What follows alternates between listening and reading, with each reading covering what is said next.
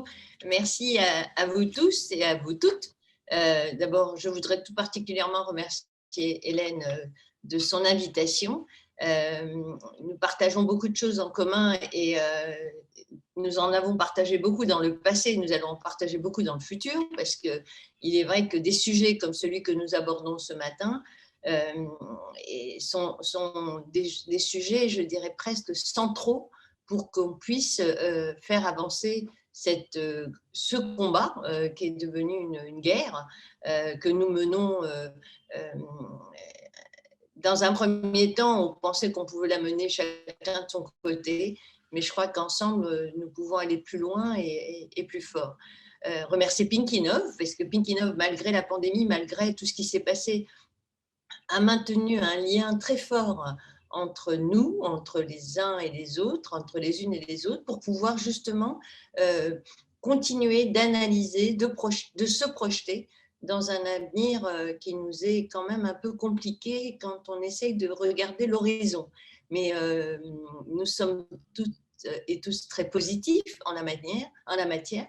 Et je voudrais partager mon expérience et surtout vous dire qu'il y a très longtemps que le R20 avait annoncé que la question de l'eau, parce que nous avions rencontré beaucoup de femmes en Afrique qui systématiquement évoquaient la question de l'eau, avant même la question, les questions de céréales ou d'autres, évoquaient la question de l'agriculture, mais en se disant, on veut bien se donner dans l'agriculture, mais comment faire les choses puisque nous n'avons pas d'eau.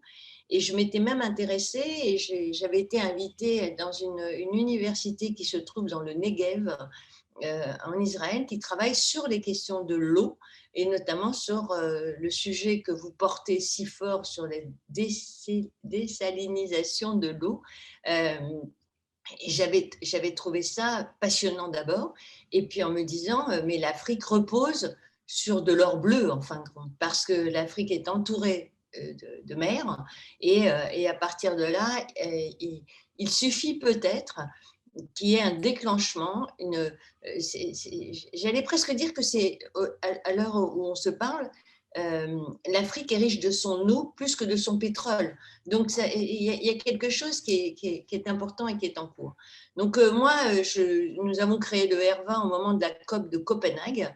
La COP de Copenhague s'est tenue dans une ambiance un peu tendue, où les gouvernants ont n'ont pas pris conscience encore à ce moment-là, ils ont pris conscience à la COP de Paris, mais ils ont pris conscience que la territorialisation du règlement du changement climatique pouvait se faire au travers des régions, des départements et des villes.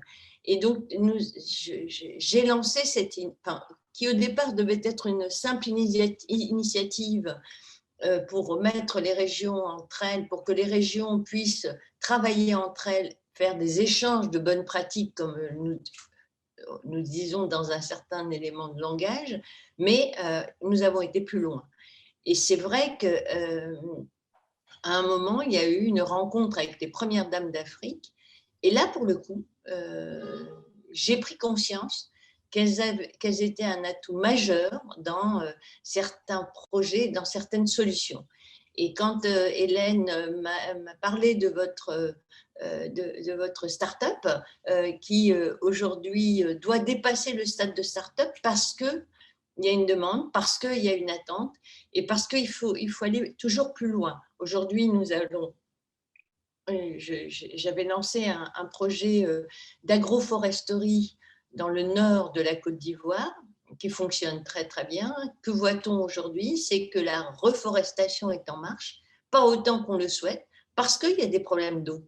Vous ne pouvez pas reboiser quelque part, replanter quelque part, simplement pour une opération de communication. Il faut replanter dans la durabilité.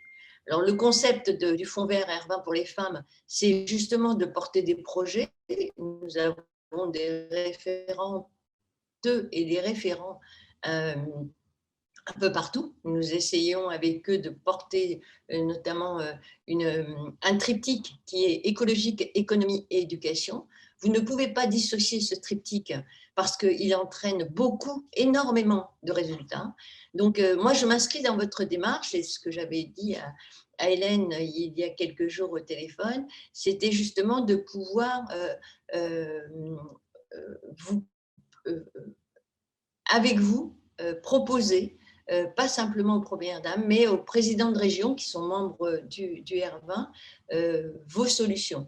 Et je pense que le secteur de la formation des populations doit être au cœur de ce processus. Nous l'avons fait sur les déchets en Algérie, à Oran, parce que nous avons, à la demande des walis de la région, construit une usine de retraitement de déchets. Mais notre condition, c'était de former les populations et de former des jeunes sortis du système scolaire pour pouvoir justement bien faire fonctionner cette usine de retraitement de déchets. Parce que vous pouvez construire les plus belles usines, hein, je le dis souvent, mais rien ne marcherait si les populations, un, ne se sentent pas concernées et deux, ne sont pas organisées et formées là-dessus.